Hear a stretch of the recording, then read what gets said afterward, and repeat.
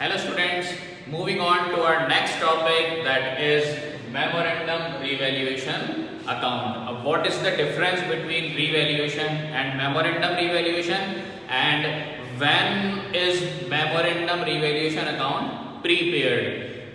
So when the value of assets and liabilities are not to be altered, when the value of assets and liabilities are not to be altered, then in that case memorandum revaluation account will prepare.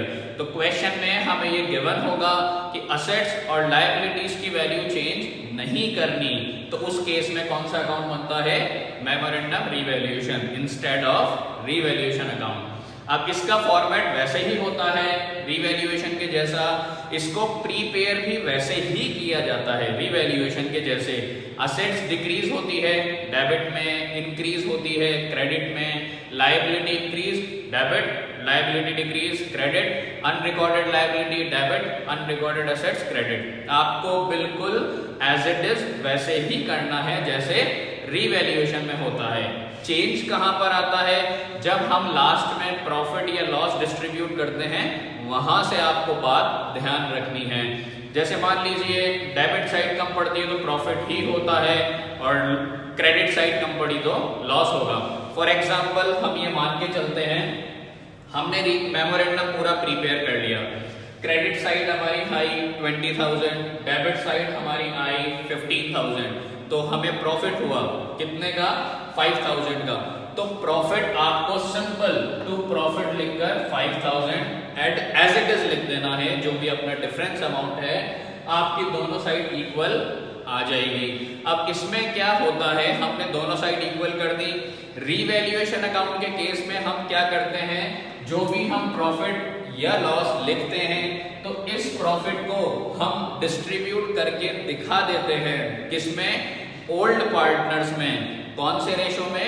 Old ratio में। तो यहीं पर हम distribute कर देते हैं।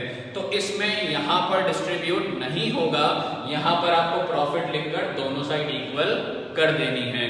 फिर आपको क्या करना है, इसमें प्रॉफिट डिस्ट्रीब्यूट कहां होता है?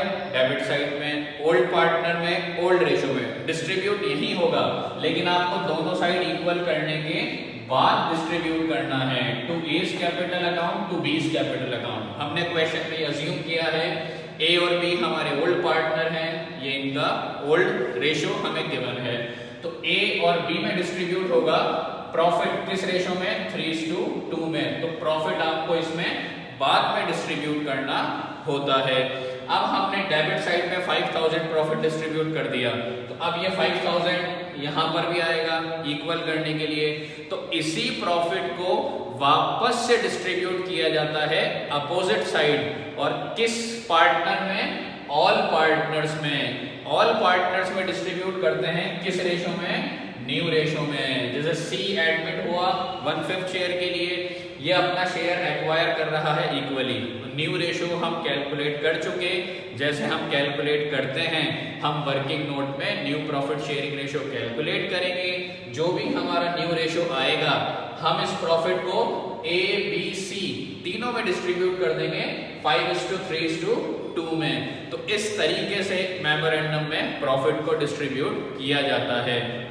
प्रॉफिट सिंपल यहां लिख दीजिएगा, टोटल करने के बाद फिर आपको प्रॉफिट डिस्ट्रीब्यूट करना है ओल्ड पार्टनर में, ओल्ड रेशो में। फिर इसी प्रॉफिट को अपोजिट साइड डिस्ट्रीब्यूट करेंगे ऑल पार्टनर्स में, और कौन से रेशो में? न्यू रेशो में।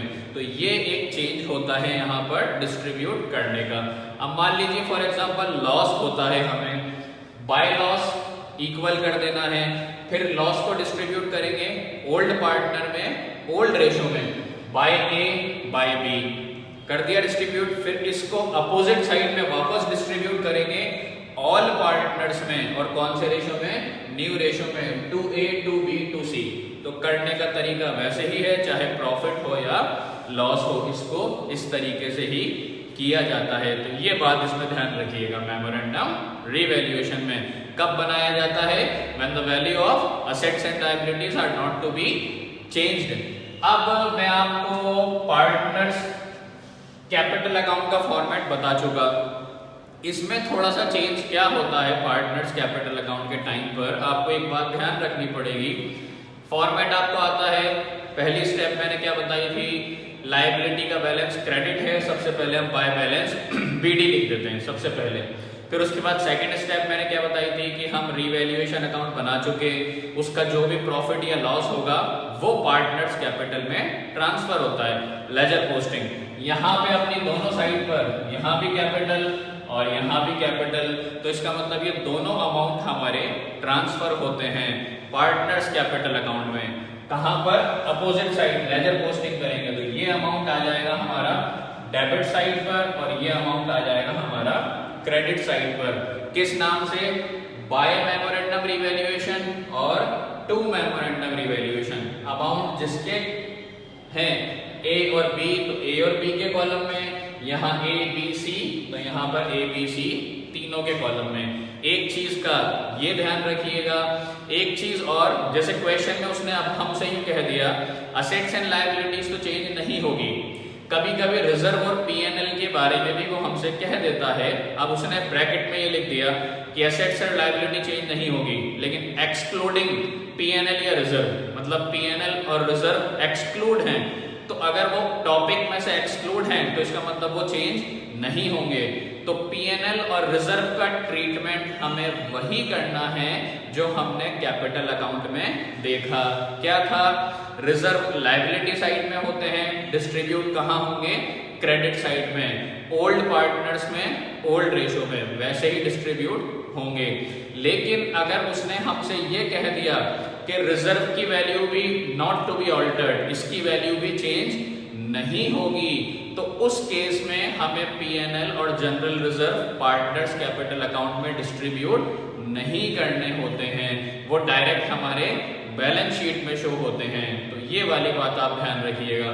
जब पीएनएल और रिजर्व की वैल्यू चेंज होगी, क्वेश्चन में कह देगा एक्सक्लूडिंग पीएनएल एंड रिजर्व, तो हमें पार्टनर्स कैपिटल अकाउंट में वही ट्रीटमेंट करना है जो हम पढ़ चुके। लेकिन अगर उसने कह दिया कि assets and liabilities and reserve are not to be altered, reserve भी आ गया उस केस में, तो आपको पीएनएल और या रिजर्व जो भी हो वो पार्टनर्स कैपिटल में डिस्ट्रीब्यूट नहीं होगा, ये बात ध्यान रखिएगा। अब इस केस में बैलेंस शीट का मैं एक नॉर्मल सा आपको बता देता हूं, बाकी अपन डिस्कस बैलेंस शीट कंप्लीट तब करेंगे जब हम इसका एक कंप्लीट क्वेश्चन डिस्कस करेंगे। बैलेंस शीट का फॉर्मेट आप सबको पता है, बैलेंस शीट जो बनेगी इसमें वो ओपनिंग बैलेंस शीट बनती है, मतलब अप्रैल 1 को, और फॉर्मेट अपना लायबिलिटीज अमाउंट, असेट्स अमाउंट ये होता है। मेमोरेंडम रिवैल्यूएशन के केस में, मेमोरेंडम रिवैल्यूएशन के केस में जो बैलेंस शीट बनेगी वो कैसे बनेगी, असेट साइड है, असेट साइड में एक चीज का ध्यान रखिएगा, असेट साइड में इसका ध्यान रखिएगा, जो आपको कैश गिवन है, कौन सी बैलेंस शीट में, पुरानी वाली बैलेंस शीट में। तो ओल्ड बैलेंस शीट को देखते हुए हमें न्यू बैलेंस शीट बनानी है। असेट्स में जो लिखा हुआ है आपके, वो देखते हुए यहाँ पर लिखना है। तो चेंज कहाँ पर होगा इस केस में, एक तो कैश में, कैश के अंदर क्या चेंज होगा, कैश का जो भी अमाउंट आपको है ओल्ड पार्टनर्स की बैलेंस शीट में, इसमें इंक्लूड होगा अमाउंट, कौन सा, जो नया वाला पार्टनर एक तो गुडविल लाया, वो एक नया वाला पार्टनर जो कैपिटल लाया वो। तो कैश के अंदर आपको क्या इंक्लूड करना है, नया वाला पार्टनर जो गुडविल लाया कैश में और जो कैपिटल लाया कैश में, तो आपका कैश का अमाउंट यहाँ पे चेंज होगा।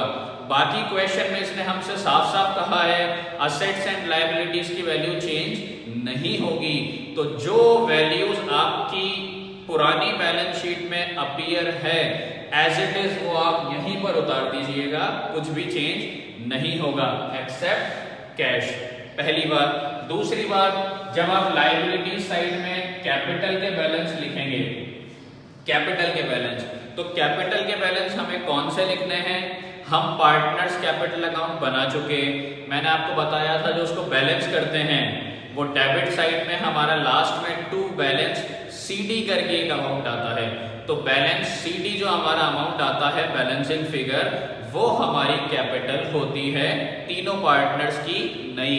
तो वो जो बैलेंस सीडी के सामने जो अमाउंट है वो आपको कैपिटल में लिखना है, तीनों का, ए, बी और सी का।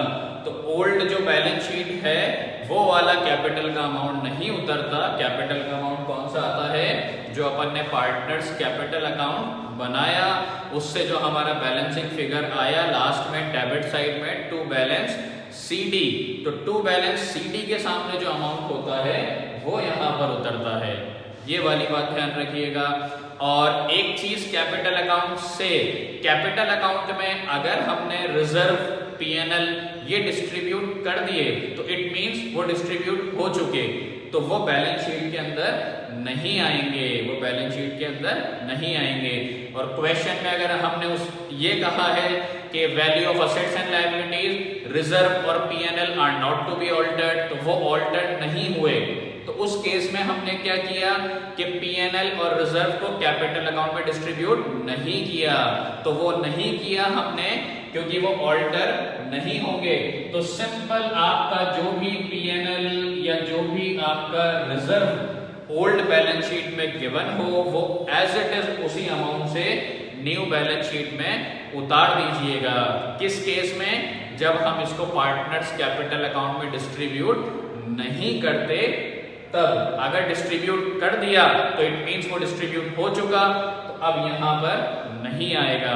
और डिस्ट्रीब्यूट नहीं हुआ, क्वेश्चन में गिवन है कि ऑल्टर नहीं करना, तो हमें बैलेंस शीट में एज इट इज लिखना पड़ता है।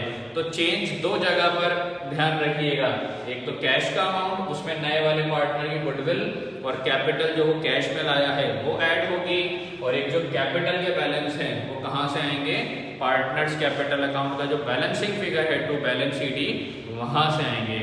रिजर्व P&L का डिस्ट्रीब्यूट कर दिया तो बैलेंस शीट में नई वाली में नहीं आएगा, डिस्ट्रीब्यूट नहीं हुआ तो एज इट इज आएगा।